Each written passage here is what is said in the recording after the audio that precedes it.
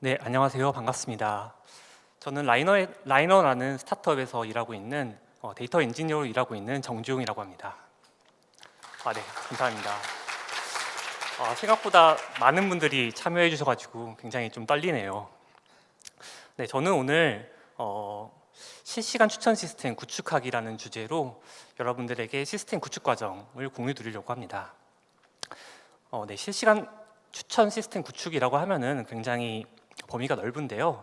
오늘 발표에서는 데이터 관점에서 추천 모델을 어떻게 서비스에 적용했는지에 대해서 설명드리려고 합니다. 네, 발표에 대한 이해를 돕기 위해서 먼저 라이너라는 서비스에 대해서 먼저 소개를 드릴게요. 네, 혹시나 라이너라는 서비스를 들어보셨거나 사용해 보신 분 혹시 계신가요? 생각보다 많은 분들이 사용을 해주셔서 감사드립니다. 네, 라이너에 대해서 간단히 소개드리면 라이너는 유저가 좀 더 빠르고 쉽게 똑똑해질 수 있도록 도와주는 것을 목표로 하는 서비스입니다. 그래서 이를 위해서 최초에는 하이라이팅 유틸리티 서비스로 시작을 했어요.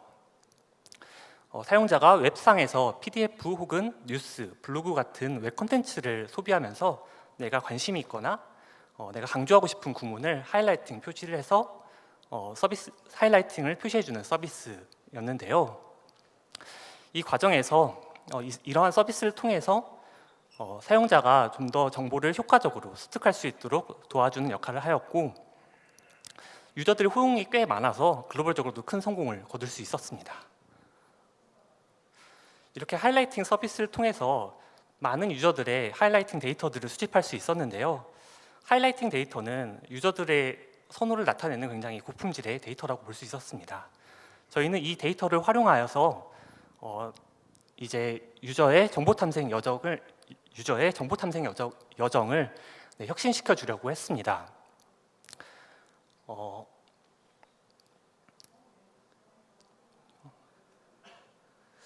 네, 유저에게 개인화된 고품질의 문서를 추천해주는 디스커버리 엔진을 구축함으로써 라이너는 정보 큐레이션 서비스로서 진화할 수 있었습니다. 네, 최근에는 챗GPT와 같은 LLM 기반의 기술을 접목하여서 한 단계 더 도약을 준비하고 있습니다. 생성형 검색 기술이나 채팅 인터페이스와 같은 채팅 인터페이스를 통해서 유저가 좀 더 빠르고 쉽게 정보를 습득할 수 있도록 AI 기술을 활용하여 도와주고 있습니다. 네, 오늘 발표에서는 이러한 과정 중에서 추천 서비스를 위해 디스커버리 플랫폼을 구축했던 과정 중에 하나를 소개할 예정이고요. 라이너의 추천 시스템에 대해서 소개할 예정입니다. 네, 라이너의 추천 시스템에 대해서 간단히 도식화를 해보았어요. 라이너는 유저가 하이라이팅한 데이터를 토대로 유저의 선호를 파악해서 다양한 추천 모델을 통해 유저에게 개인화된 추천 경험을 제공하고 있습니다. 컨텐츠 기반의 추천 모델이라든지 협업 필터링 기반의 추천 모델, 랜덤워크와 같은 여러 추천 모델들을 활용하고 있었는데요. 이런 추천 모델에 한 가지 단점이 좀 있었어요. 단점이라고 하면은 과거에 수집된 데이터들만을 활용하고 있었고 실시간으로 유저가 반응했던 데이터들은 활용하지 못한다는 단점이 있었습니다.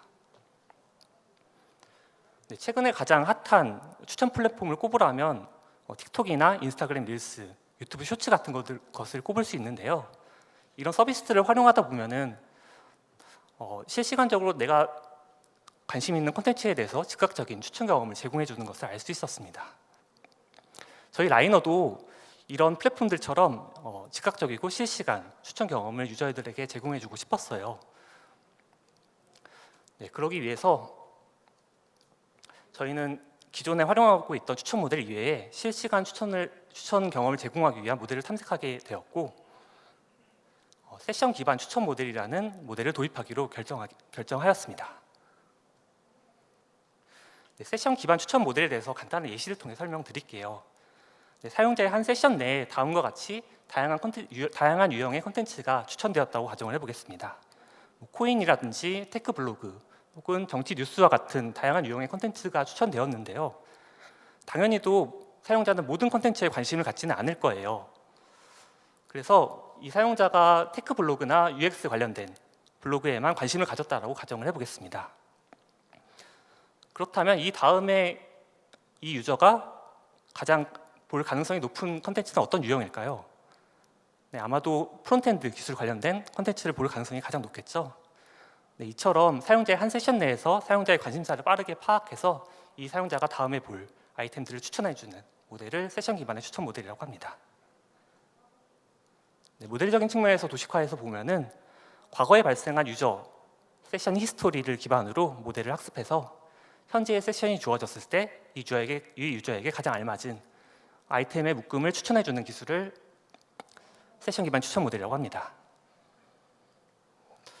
네, 그렇다면 이 세션 기반 추천 모델에서 가장 중요한 유저 피처는 무엇일까요? 네, 사용자가 어떤 콘텐츠에 관심을 가졌는지에 대한 정보가 가장 중요한 정보일 텐데요. 네, 유저가 콘텐츠를 소비한 체류 시간 정보가 가장 중요한 유저 피처라고 볼 수 있습니다. 네, 만약에 어떤 사용자가 코인 콘텐츠에 대해서 오래 머물렀다면 코인이라는 주제에 대해서 관심이 있다고 판별할 수 있을 것이고 정치 뉴스에는 별 관심이 없어서 바로 패스를 해버렸다면 이 콘텐츠에는 관심이 없다라고 판별할 수 있을 거예요. 그렇기 때문에 저희는 체류 시간과 같은 실시간 유저 피처를 잘 활용하기 위한 구조를 고민하게 되었습니다. 기존에 제공하고 있던 추천 시스템을 데이터 관점에서 도식화를 해보았어요. 여기서 먼저 기존 시스템에서 저희가 부족한 부분을 점검해 보려고 했는데요. 실제 데이터를 처리하는 영역에서 저희가 기존 구조로는 실시간 유저 피처를 잘 활용하지 못하겠다는 결론에 이르렀어요. 그래서 새로운 시스템 구조를 도입해야겠다고 결정을 했었고 새로운 시스템 구조에는 어떤 구성 요소들이 필요한지 고민해 보았습니다. 네, 데이터 관점에서 크게 세 가지로 구성 요소를 나누어 보았는데요.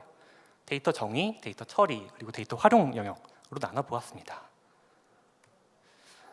실시간 유저 피처를 잘 수집하기 위해서는 데이터를 잘 정의해야 하는 부분이 필요했는데요. 이걸 위해서 유저 행동 로그 스키마를 설계하는 작업을 진행을 했습니다.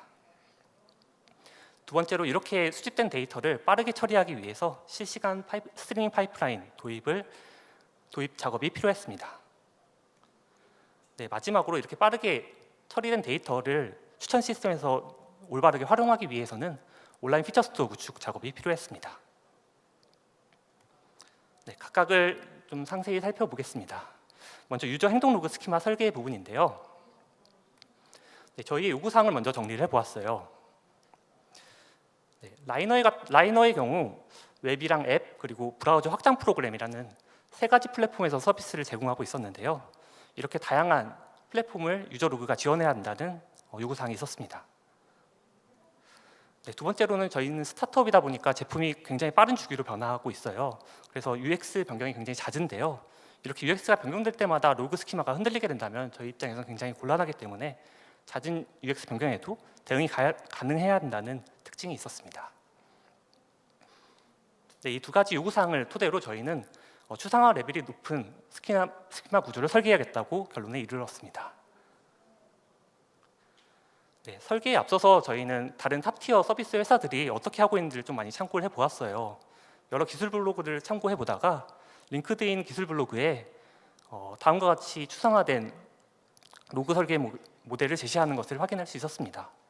액터, 벌브, 오브젝트 이렇게 세 가지 큰 관점에서 추상화해서 로그를 설계했었는데요.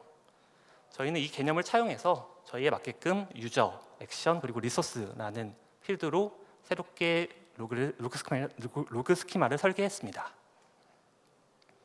네, 각각을 살펴보면은 유저 같은 경우는 저희 플랫폼에서 활동하는 유저에 대한 정보인데요.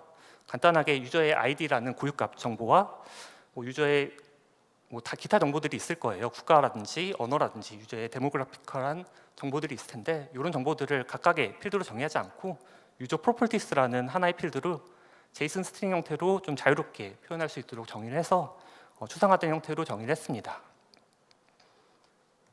네, 다른 부분들도 대부분 마찬가지예요. 그래서 액션 같은 경우는 유저가 우리 플랫폼에서 한 액션에 대한 정보인데요. 액션 타입과 그에 수반되는 정보들을 액션 프로퍼티스라는 정보로 정의를 했습니다. 네, 마지막으로 리소스 측면인데요. 유저가 저희 플랫폼에서 행위를 한 대상, 그러니까 PDF 문서 혹은 블로그 뉴스와 같은 컨텐츠 문서들일 텐데요. 이 문서들 역시 리소스 타입과 리소스 아이디, 리소스 URI 정보, 그리고 그에 수반되는 정보들을 프로퍼티스라는 제이슨 스트링 형태로 추상화해서 설계를 했습니다. 네, 이렇게 설계된 데이터를 이제 빠르게 처리하기 위해서 데이터 파이프라인 구조가 필요했는데요.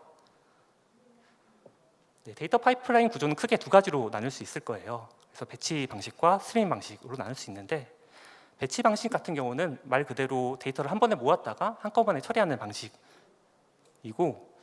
이것의 장점이라고 한다면 한꺼번에 처리를 하기 때문에 컴퓨팅 리소스적으로 굉장히 효율적이라는 장점이 있지만, 반대로 일정 시간 동안 모았다가 처리를 해야 되기 때문에 실시간으로 데이터를 활용하는 측면에서는 단점이 있었습니다. 반대로 스트리밍 파이프라인 같은 경우는 데이터가 발생할 때마다 데이터를 처리해 주기 때문에 실시간성에 강하다는 장점이 있었지만 컴퓨팅 리소스적인 측면에서 단점이 있었습니다. 네, 저희 요구사항을 정리를 해보았어요. 네, 저희는 세션 기반의 추천 모델을 실시간성으로 제공해야 되기 때문에 실제 유저 액션이 발생한 시점으로부터 최소 늦어도 3초 이내에는 데이터가 활용 가능해야 한다는 점이 있었고요. 저희는 인프라로서 구글 클라우드를 사용하고 있었는데 구글 클라우드에 대한 기존에 활용하고 있던 인프라에 대한 큰 변경 없이 적용이 가능해야 한다는 점이 있었습니다. 네, 마지막으로는 스타트업이다 보니까 운영 및 관리 리소스가 최소한으로 들어야 한다는 요구사항이 있었습니다. 그래서 이런 요구사항을 만족시키는 기술을 찾다가 저희는 아파치 빔이라는 파이프라인 기술을 채택했는데요. 네, 아파치 빔에 대해서 간단히 설명드리면 배치랑 스트림이라는 두 가지 파이프라인 방식을 동일한 프로그래밍 모델로 처리할 수 있다는 장점이 있었고, 런타임 엔진으로서 다양한 엔진들을 지원했어요. 특히나 구글 클라우드 데이터 플로우를 지원함으로써 저희 입장에서는 인프라에 대한 큰 변경 없이 활용할 수 있다는 이점이 있었습니다. 네, 기존에 저희가 처리하고 있던 배치 파이프라인인데요. 로그가 수집되면 1차적으로 메시지 큐인 펍섭이라는 곳에 데이터가 1차적으로 쌓이게 되고, 이게 에어플로우라는 배치 파이프라인을 통해서 데이터가 가공돼서 빅쿼리라는 데이터 웨어하우스에 쌓이는 구조였습니다. 네, 저희는 이 기존의 구조에서 에어플로우를 아파치 빔으로만 교체함으로써 기존의 인프라에 대한 큰 변경 없이 데이터 파이프라인을 배치해서 스트리밍으로 교체할 수 있었습니다. 네, 마지막으로 이제 빠르게 처리된 데이터를 추천 시스템에서 잘 활용하기 위한 구조인데요. 다시 파이프라인 구조로 돌아가 볼게요. 기존 파이프라인 구조에서 스트리밍으로 바꾸어서 최종적으로 데이터를 데이터 웨어하우스인 빅쿼리에 저장을 했는데요. 빅쿼리 같은 경우는 배치나 분석 작업에 특화된 데이터베이스 저장소이지만 데이터를 실시간으로 꺼내 쓰기에는 부적합한 저장소였어요. 근데 저희 같은 경우는 실시간 추천 서버가 실시간으로 데이터를 활용할 수 있어야 하기 때문에 빅쿼리 위에 새로운 데이터 저장소가 필요하게 되었습니다. 네, 요 데이터 조건을 만족하는 요구사항들을 먼저 정리를 해보았는데요. 네, 유저의 피처 정보를 대량으로 빠르게 읽고 쓰기 둘 다 가능해야 한다는 점이 있었고, 네, 구성했던 아파치 빔과의 연동성이 좋아야 한다는 특징이 있었습니다. 네, 마지막으로는 동일하게 운영 및 관리 리소스가 최소한으로 들어야 한다는 점이 있었습니다. 그래서 이런 요구사항들을 만족하는 솔루션은 저희는 빅테이블로 채택을 했고요. 네, 빅테이블 같은 경우는 페타바이트급 데이터 확장성을 가지고 있었고 일관된 읽기와 쓰기 성능을 보장한다는 장점이 있었습니다. 그리고 구글 클라우드의 매니지드 서비스였기 때문에 저희 입장에서는 쉽게 활용할 수 있다는 장점이 있었습니다. 그래서 저희가 스트리밍 구조에서 마지막 노드에 빅테이블로 저장하는 노드를 추가함으로써 저희는 실시간으로 활용할 수 있는 데이터 저장소를 갖추게 되었습니다. 실제 저장 측면에서는 구조를 완성할 수 있었는데 이제 이 데이터를 추천 서버에서 실시간으로 가져가는 부분에 대한 고민을 시작했어요. 추천 서버가 빅테이블을 직접 찔러서 데이터를 가져갈 수도 있었겠지만 저희는 좀 더 체류 시간뿐만 아니라 다양한 유저 피처를 활용하기 위해서 일관된 인터페이스를 설계하려고 했습니다. 그래서 미들 레이어로서 피처 리드 API라는 컴포넌트를 추가했고요. 요거를 인터페이스 설계하는 과정에서는 오픈소스인 피스트라는 피처 스토어 모델을 많이 참고를 했습니다. 네, 그래서 다음과 같이 추천 서버에서 피처 리드 API한테 피처 이름과 피처를 조회하기 위한 엔티티 정보를 넘겨주게 되면 네, 다음처럼 피처에 대한 정보를 반환하는 API 인터페이스를 구성할 수 있었습니다. 네, 정리해보자면 실시간 추천 시스템을 구축하기 위해서 먼저 데이터를 빠르게 처리하기 위해 추상화된 로그 설계를 통해 데이터를 잘 정의한 부분을 수행했고, 이렇게 정의한 데이터를 빠르게 처리하기 위해 아파치 빔을 통해 스트리밍 파이프라인을 구성했고, 마지막으로 처리된 데이터를 잘 활용하기 위해 빅테이블이나 피처 리드 API 구축 같은 온라인 피처 스토어 작업을 진행을 했습니다. 실제 체류 시간 관점에서 이 데이터가 추천 시스템에서 어떻게 동작하는지에 대해서 예시를 통해 설명을 드릴게요. 네, 저희의 앱 화면인데요. 앱 화면에서 유저가 다음과 같이 컨텐츠를 마주했다고 가정을 해볼게요. 이 컨텐츠를 처음에 보게 되면은 뷰라는 액션 로그가 찍히게 됩니다. 만약에 세이브라는 버튼을 클릭하게 되면 세이브라는 액션 로그가 남게 됩니다. 네, 마찬가지로 어떤 구문에 하이라이팅을 하게 된다면 하이라이트라는 액션이 발생하게 되고, 네, 이 컨텐츠에 대한 소비를 마치고 다음 컨텐츠로 탐색을 계속 이어나가면 다음 컨텐츠에 대한 뷰 로그가 또 남게 됩니다. 네, 이렇게 발생한 유저 로그들은 아파치 빔이라는 스트리밍 파이프라인을 통해서 필터링되고 가공되어서 최종적으로는 빅테이블에 저장되게 됩니다.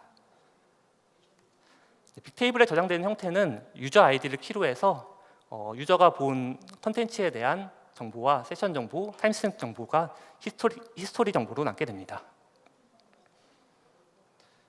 네, 이렇게 빅테이블에 저장된 데이터가 추천 서버에 의해서 체류 시간 정보를 호출하게 되면 피처 리드 API는 빅테이블에서 히스토리컬 데이터를 가져와서 실시간으로 컨텐츠 간의 타임스탬프 차이를 통해 체류 시간을 계산한 후에 추천 서버에 체류 시간 정보를 전달하게 됩니다. 네, 이렇게 추천 시스템 구축 과정에 대해서 알아봤는데요. 이 추천 시스템을 저희 서비스에 실제 적용한 결과에 대해서 공유 드리려고 합니다. 네, 저희는 추천 모델별로 CTR을 측정하고 있었는데요.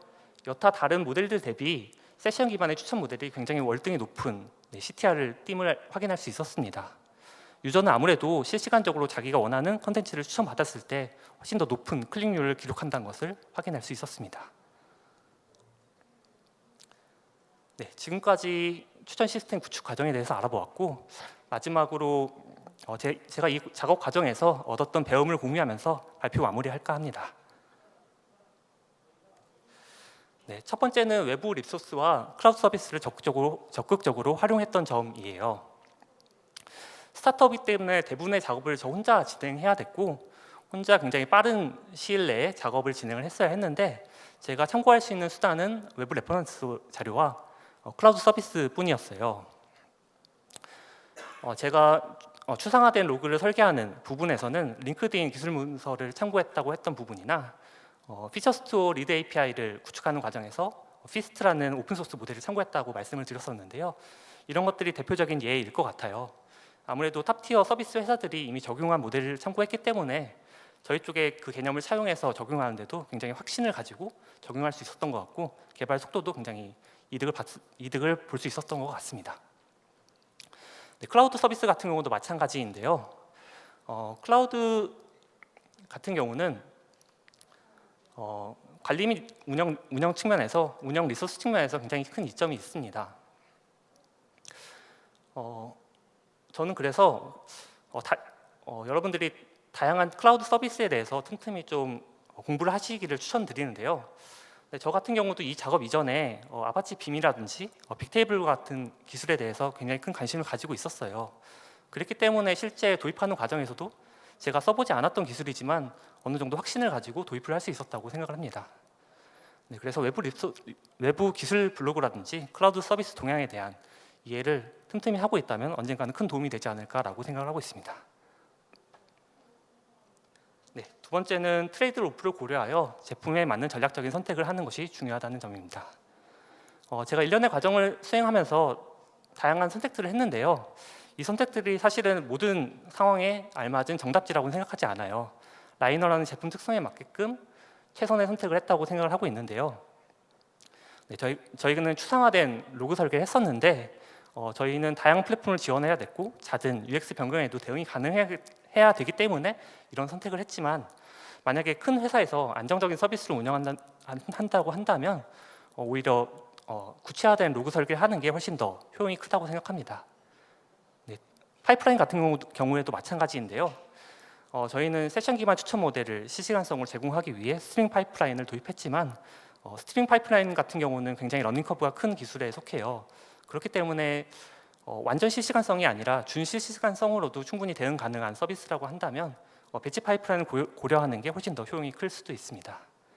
네, 마지막으로 피처 스토어를 구축하는 과정에서도 저희는 피처 스토어가 당장 엄청나게 필요하진 않았기 때문에 모든 피처 스토어의 구성 요소를 구현하기보다는 저에게 필요한 구성 요소만을 선별하여서 전략적으로 구축을 했었는데, 이런 것들이 제품 관점에서는 큰 도움이 되었다고 생각을 합니다. 네, 그래서 이처럼 트레이드오프를 고려해서 제품과 상황에 맞는 전략적인 선택을 하는 것이 엔지니어에게도 굉장히 중요한 역량이 아닐까라고 생각을 합니다. 네, 여기까지 제 발표였고요. 네, 귀한 시간 내서 경청해 주셔서 너무너무 감사합니다.